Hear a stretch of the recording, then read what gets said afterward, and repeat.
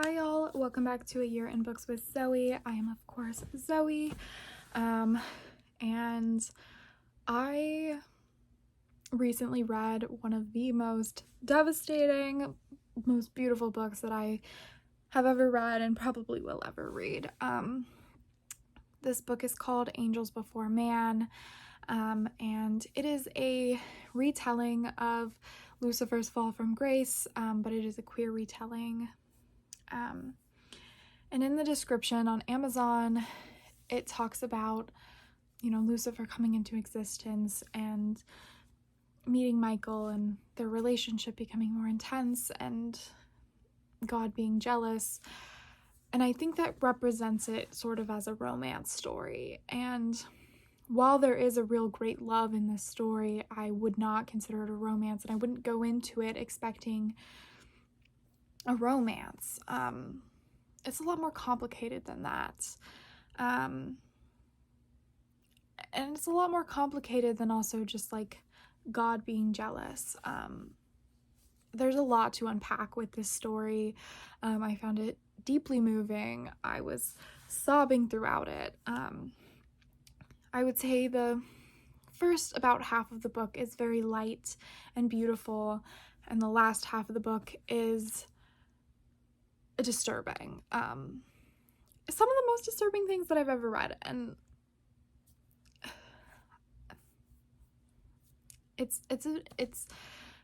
I mean, the craft of this book is just incredible to me, and I think like to be able to create something like that is astonishing.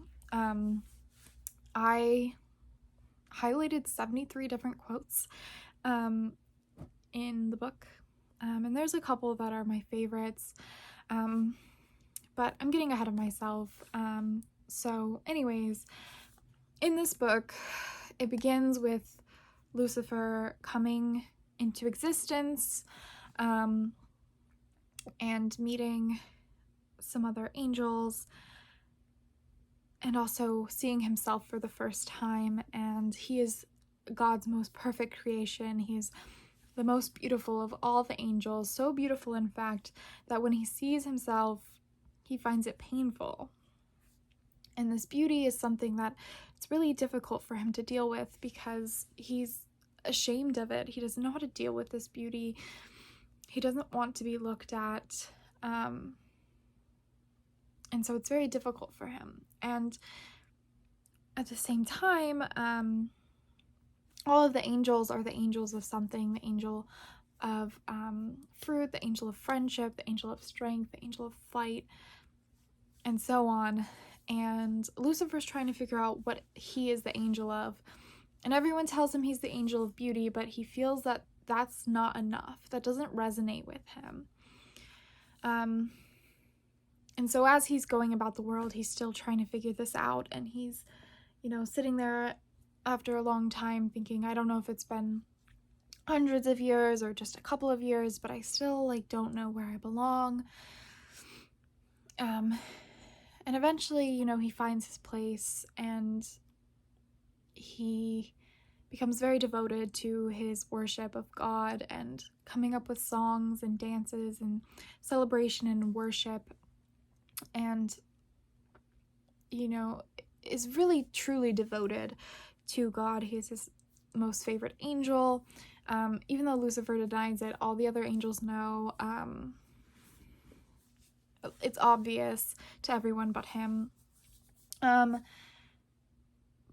after he's found this kind of position, he starts a friendship with Michael, who's one of the archangels, and the angel of strength, and they decide to teach each other the skills that they know best. Michael's going to teach Lucifer to fight, and Lucifer's going to teach him to worship. And they're not very good at it at first. And they're bumbling around, and they have this really instant connection. And Michael is saddened by the fact that Lucifer is so ashamed of himself that he really wants him to build this confidence. And we kind of watch as they fall in love, as this really pure, sweet love forms between them, between people who that doesn't really exist. God says that angels are made perfect. They don't need another half. The animals all need another half, but angels are made perfect. And even so, the other angels look at Michael and Lucifer and think they complete each other.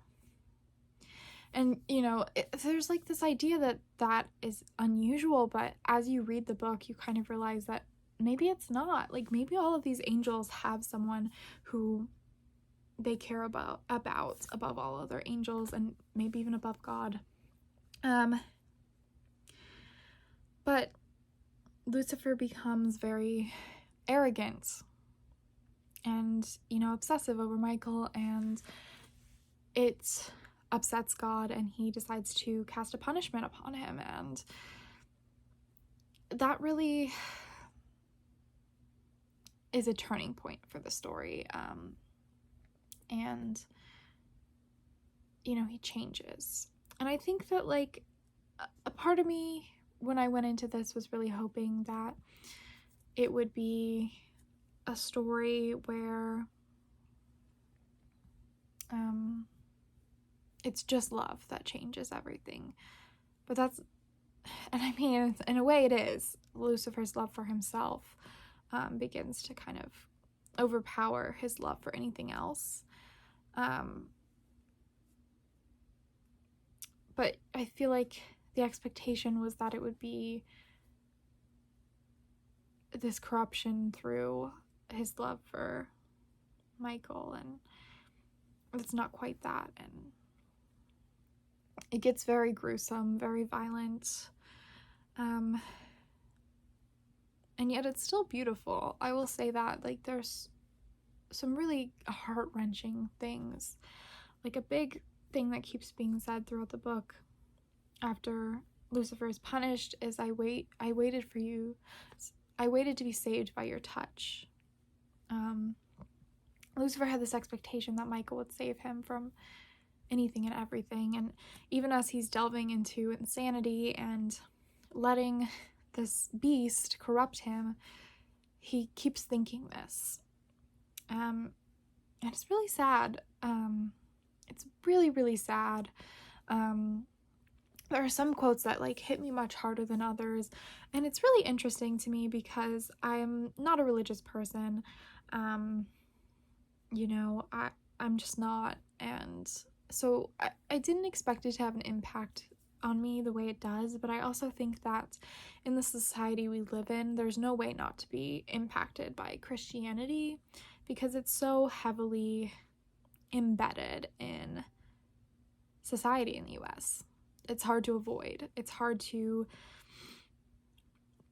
not know what the beliefs and rules are for Christians, even if you aren't one.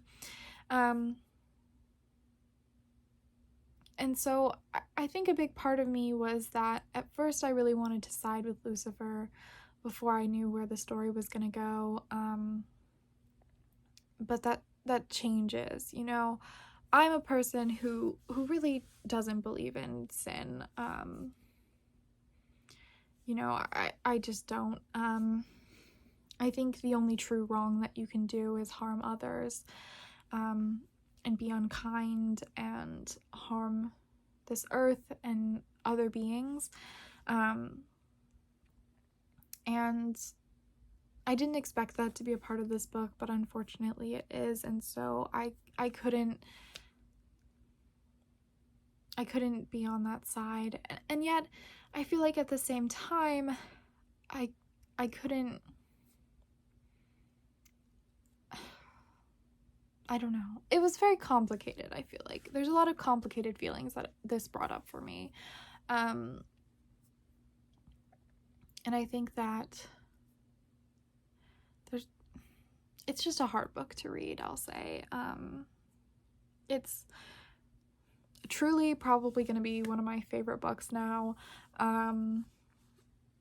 It was traumatic, it was beautiful, it was heart-wrenching, it was thought-provoking, is making me think through all these different things. And I love how books can do that, how you can be unaware of certain things and then suddenly you read something and it brings it all up for you.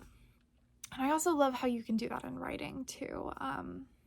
With a lot of the writing that I'm doing, I'm sort of processing different thoughts and feelings, and, you know, making my characters go through that so that I can really play it out and understand what's happening. I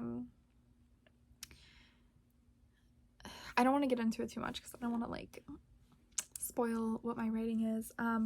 Although I will say I didn't make an announcement on here, but if you are interested in my writing, I do have a Kindle Vella story up now. It's called Wait, My Dating Sim Boyfriend Came to Life. And Kindle Vella is just like episodes. The first 3 are free and then you pay coins for the other ones based on the word count, but it's like very, very cheap. And essentially in this story, this woman is a big fan of dating sims, which, again, if you don't know what that is, dating sims is dating simulations, which there's a bunch of games. Specifically, the ones that I have played mostly are made in Japan, and then the writing is translated to English. So when the characters talk, like when they call, they'll speak Japanese, and then it'll be translated in English, but that's what the voice actors are saying. I don't know that's not necessarily relevant, but that is where at least the ones I played are from. I think a lot of them are from there. But they're mobile games. There are some that are not mobile games, but this particular one is a mobile game. And in these games, you have however many love interest characters that you can engage with, and you try to raise their intimacy level and make them fall in love with you. And so in my story, this woman is really into these dating sims, and suddenly one of the characters goes missing, and then suddenly he shows up in her real life. And so she's trying to have to figure out, why did this happen?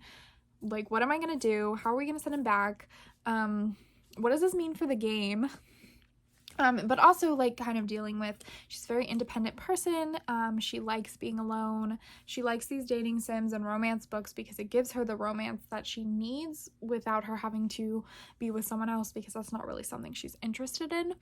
And then suddenly she has this person that she's attracted to and who knows her from the game there in her life. And so she's kind of like, what do I do with this? And it's a fun story that I'm writing. It's mostly pretty lighthearted. It's going to be pretty lighthearted, I think. Who knows? I haven't finished it. I'm about 9 episodes in. There are 4 episodes up now. The 5th one will release on Friday. The 6th one will release on Monday. I'm finishing up episode 9 now, and then I'll go into the next one. And I'm enjoying it.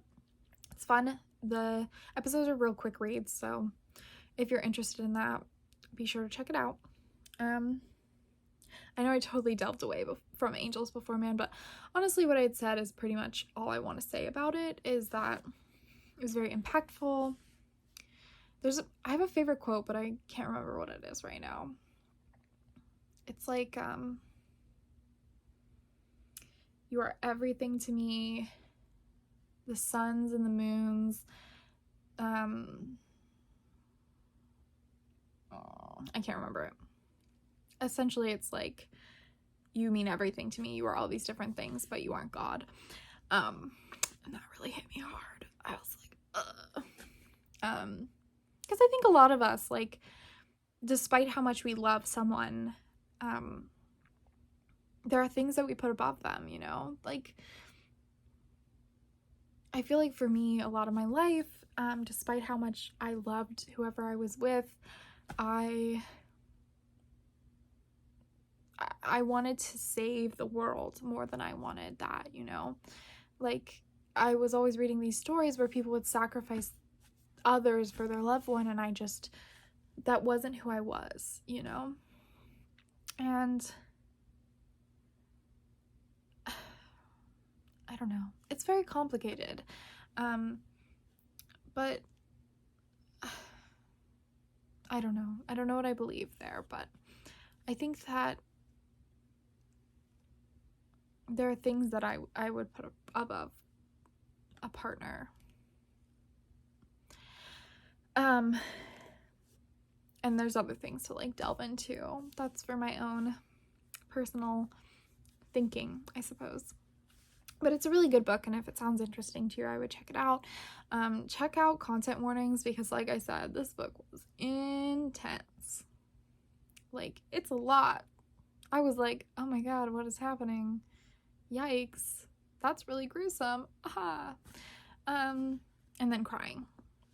Like, I finished this like a couple days ago, and I haven't been able to talk about it without crying. And this is finally when I can. But I really liked it.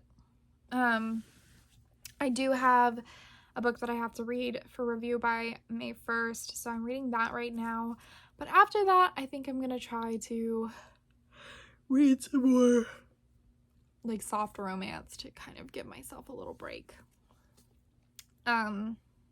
Because honestly, I'm doing so much right now. I'm writing, like I said, I'm writing that Kindle Vella story, but I'm also working on 2 other stories. I've been writing a lot of songs. I've been writing a lot of poetry. I'm in this like cycle of creation. And honestly, as like fulfilling as it is, it can also be really exhausting to just be creating and creating and creating and creating and creating. But I'm really excited about these projects that I'm working on. I'm really hopeful that I can finish them, that I can put them out there into the world. And yeah, and I've also been considering creating a podcast lately. I'm not sure how that would work out, but it's just been something I've been thinking about in my noggin. But yeah, that's what I've been reading. That's what I've been up to. I'm tired from all this like mental work that I've been putting myself through. But yeah, that's all.